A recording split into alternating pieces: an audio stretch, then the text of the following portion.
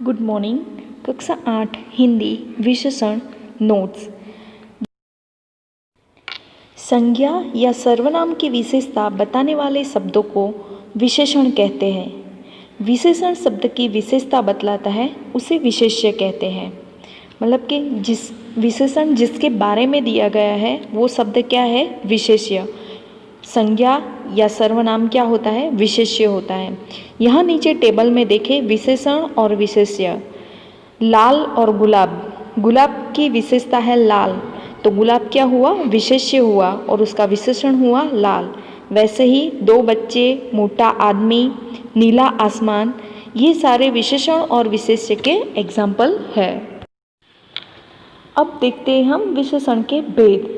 विशेषण के निम्नलिखित 4 भेद है।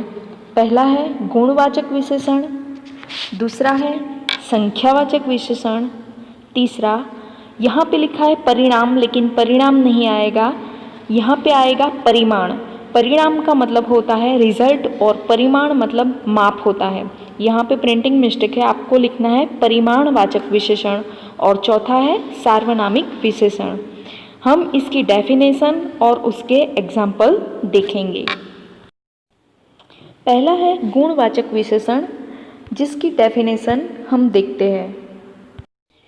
जिस विशेषण से संज्ञा या सर्वनाम के गुण, दोष, रंग या आकार आदि का बोध हो उसे गुणवाचक विशेषण कहते हैं। जैसे यहाँ पे एग्जाम्पल है, सेब मीठा है, काला घोड़ा तेज दौड़ा। तो यहाँ पे मीठा और काला वो क्या है, गुणवाचक विशेषण के उदाहरण है। यहाँ पे गुणवाचक विशेषण के कुछ उदाहरण दिए हुए हैं। ये उदाहरण आप नोटबुक में नहीं लिखोगे तो चलेगा, लेकिन इसे याद रखना और समझना जरूरी है। तो हम देखते हैं ये उदाहरण। जैसे गुणवाचक विशेषण में आते हैं कुछ गुण दोष, जैसे भला, बुरा, सच, झूठ, दुष्ट, उदार, आलसी, पवित्र, शांत।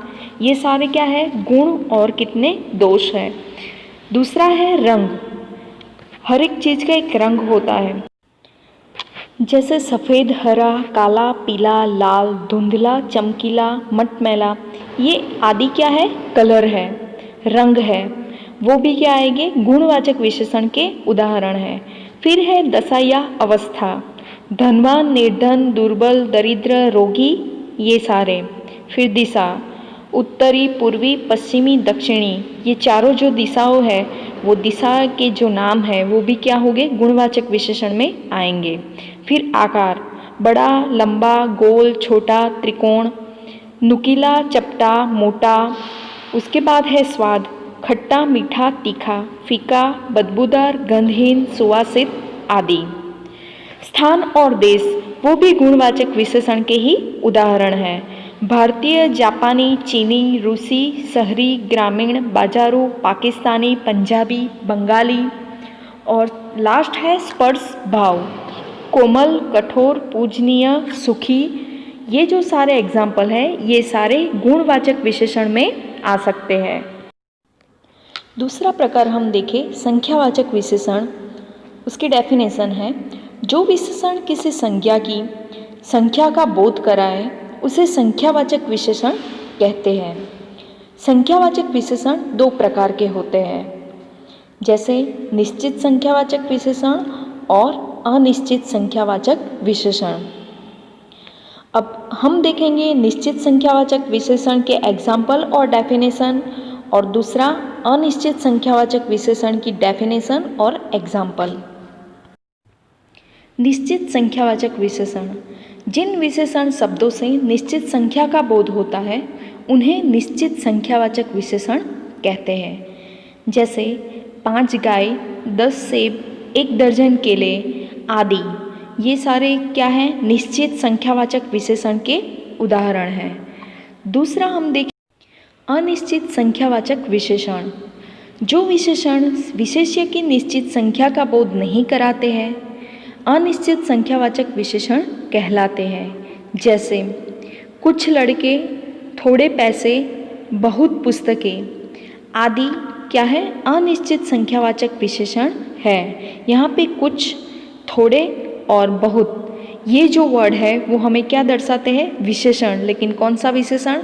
अनिश्चित संख्यावाचक विशेषण दर्शाता है। तो हमने निश्चित संख्यावाचक और अनिश्चित संख्यावाचक विशेषण की डेफिनेशन और एग्जाम्पल देखे। अब हम देखते हैं आगे। परिमाणवाचक विशेषण। जो विशेषण अपने विशेष्य की मात्रा या परिमाण के विषय में जानकारी देते हैं वो परिमाणवाचक विशेषण कहे जाते हैं। जैसे मैंने बताया था, जो हमें माप दिखाता है, ठीक है, वो परिमाणवाचक विशेषण होंगे। जैसे एग्जाम्पल देखें, 2 किलो आलू, 4 लीटर दूध, थोड़ी सी चीनी और बहुत गर्मी। यहाँ पे 2 किलो, 4 लीटर, थोड़ा और बहुत, ये सारे जो वर्ड है वो हमें परिमाण दिखाते हैं, माप दिखाते हैं, और इसीलिए ये सारे परिमाणवाचक विशेषण कहलाए जाएंगे। परिमाणवाचक विशेषण में भी 2 भेद है। पहला है निश्चित परिमाणवाचक विशेषण और दूसरा है अनिश्चित परिमाणवाचक विशेषण। हम पहला देखते हैं निश्चित परिमाणवाचक विशेषण। जिन विशेषण शब्दों से किसी वस्तु की निश्चित मात्रा का ज्ञान है हो उन्हें निश्चित परिमाणवाचक विशेषण कहते हैं। जैसे 4 किलो आटा देना और दूसरा है 10 मीटर कपड़ा देना। यहाँ पे 4 और 10 वो हमें निश्चित माप दिखाते हैं, इसीलिए ये दोनों क्या होंगे? निश्चित परिमाणवाचक विशेषण होंगे। दूसरा अनिश्चित परिमाणवाचक विशेषण। जिन विशेषण शब्दों से वस्तु की निश्चित मात्रा का बोध न हो उन्हें अनिश्चित परिमाणवाचक विशेषण कहते हैं। जैसे थोड़ा सा दूध लेकर आओ, कुछ पैसे मुझे भी दे दो। यहाँ पे थोड़ा सा और कुछ वो हमें माप निश्चित नहीं देते हैं और इसीलिए ये दोनों क्या होंगे? अनिश्चित परिमाणवाचक विशेषण के उदाहरण होंगे। चौथा है सार्वनामिक या संकेतवाचक विशेषण और डेफिनेशन है जो सर्वनाम शब्द संज्ञाओं से पहले आकर उनकी ओर संकेत करते हैं उन्हें संकेतवाचक विशेषण या सार्वनामिक विशेषण कहा जाता है। या हम ऐसा भी बोल सकते हैं कि जब सर्वनाम शब्दों का संज्ञा की विशेषता बताने के लिए प्रयोग किया जाए तो उन्हें सार्वनामिक विशेषण कहा जाता है। जैसे यहाँ पे यह लड़का पढ़ रहा है, ये क्या हुआ? यह वो लड़के की क्या बता रहा है? कुछ विशेषता बता रहा है, इसीलिए यह सार्वनामिक विशेषण कहा जाएगा। दूसरा है वे हिरण भाग रहे हैं। यहाँ पे हिरण के आगे जो शब्द लगा है वे, वो जो हिरण को दर्शाते हैं, हिरण की ओर संकेत कर रहे हैं और इसीलिए यहाँ पे वे शब्द भी क्या होगा? सार्वनामिक विशेषण कहा जाएगा। तो यह और वे शब्द जो है वो सार्वनामिक या संकेतवाचक विशेषण के उदाहरण है। संसार में ऐसी कोई वस्तु नहीं जिसकी कोई विशेषता न हो और गुण या दोष की तुलना करने को विशेषण की अवस्थाएं कहा जाता है। विशेषण की निम्नलिखित 3 अवस्थाएं हैं। किसी में गुण ज़्यादा होता है, किसी में दोष ज़्यादा होता है, किसी में कम होता है, और ये जो तुलना होती है वो यहाँ पे 3 अवस्थाओं में बांटी गई है। पहली है मूलावस्था, दूसरा उत्तरावस्था और तीसरा है उत्तमावस्था।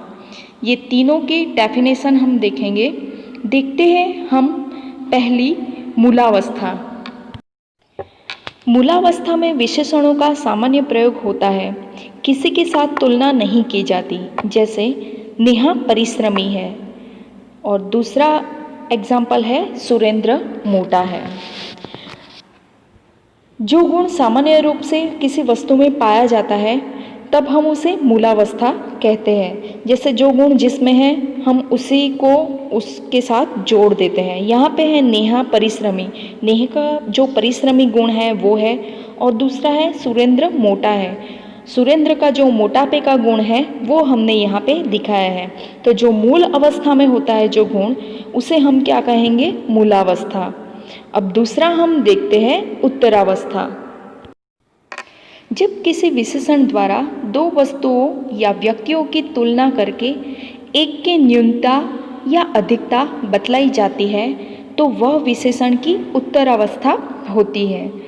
इसमें क्या होता है, हम कोई दो चीज़ों में या कोई दो व्यक्तियों में तुलना करते हैं और तुलना करने के बाद किसी एक को ही जब हम बेहतर बताते हैं तब वो अवस्था होती है उत्तरावस्था। यहाँ पे एग्जाम्पल है, यह चित्र उससे श्रेष्ठतर है, और दूसरा है नेहा कोमल से अधिक कमज़ोर है। यहाँ पे श्रेष्ठतर और अधिक, ये दोनों शब्द क्या है, उत्तरावस्था दिखाते हैं। यहाँ पे नेहा और कोमल दोनों में तुलना की है और पहले में दो चित्रों की तुलना की है। जब दो से अधिक व्यक्तियों, प्राणियों या वस्तुओं में से किसी की अधिक विशेषता का निर्धारण किया जाता है तो यहाँ विशेषण की उत्तमावस्था होती है। इसमें शब्द के अंत में तम जुड़ता है या सबसे, सब में सर्वाधिक आदि शब्द आते हैं। जैसे आयुष सबसे अच्छा लड़का है, यहाँ पे आयुष को सबसे श्रेष्ठ बताया गया है। दूसरा है यह निबंध श्रेष्ठतम है, श्रेष्ठतम ये जो शब्द है वो उत्तमावस्था दिखाता है।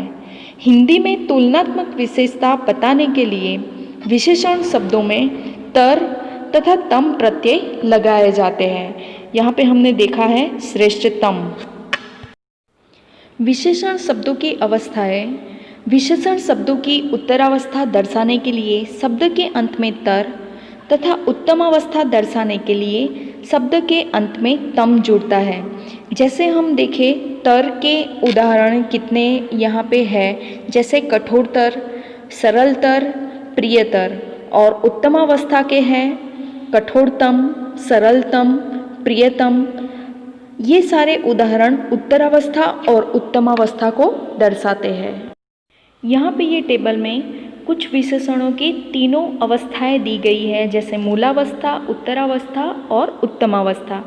जैसे हम देखें मूलावस्था में है उच्च, उत्तरावस्था में है उच्चतर और उत्तमावस्था में है उच्चतम। वैसे ही कठिन, कठिनतर और कठिनतम, महान, महानतर और महानतम। आप देख सकते हो कि उत्तरावस्था में तर और उत्तमावस्था में तम वर्ड लगे हुए हैं। वैसे ही सुंदर, सुंदरतर और सुंदरतम, तीव्र, तीव्रतर और तीव्रतम, और लास्ट है विशाल, विशालतर और विशालतम। तर और तम ये उत्तरावस्था और उत्तमावस्था दर्शाते हैं।